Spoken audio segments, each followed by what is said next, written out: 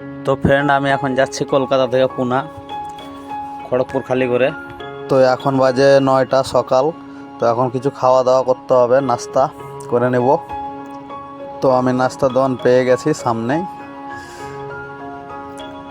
তো এবার নাস্তাটা করে নেব। এটা হচ্ছে কি বললাম তো, চিড়ে রান্না, যেটা আমাদের গ্রামে চিড়ে হয় না, ওই রান্না। আর ফ্রেন্ড, এটা আমার গাড়ি দাঁড়িয়ে আছে। এবার নাস্তা করা হয়ে গেছে। এবার এটা হচ্ছে চক, এখান থেকে আমার পুনার রাস্তা কাটছে। এটা ডান সাইডে ঘুরতে ঘুরতে যাবে, পুরো রাউন্ড নিতে হবে। এটা চক, গোল সার্কেল।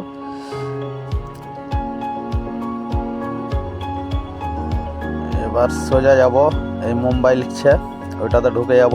ওইটা হচ্ছে এক্সপ্রেস, 450 কিলোমিটার। কোনো জায়গায় হোটেল নেই, এমনি 2-4টে চায়ের দোকান আছে। 450 কিলোমিটার রাস্তায় হোটেল নেই।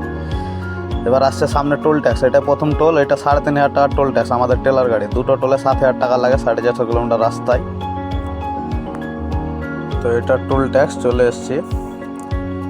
দুই মাথায় দুটো টোল আছে, আর পুরো রাস্তা ফাঁকা ফাঁকা রাস্তা, এক্সপ্রেস।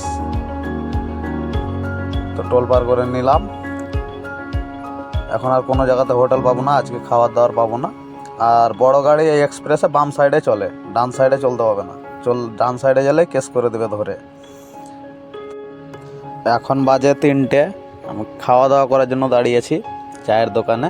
তো আবার সেই চিড়ে রান্নাই খাচ্ছি, কারণ এক্সপ্রেসে তো কোনো হোটেল নেই।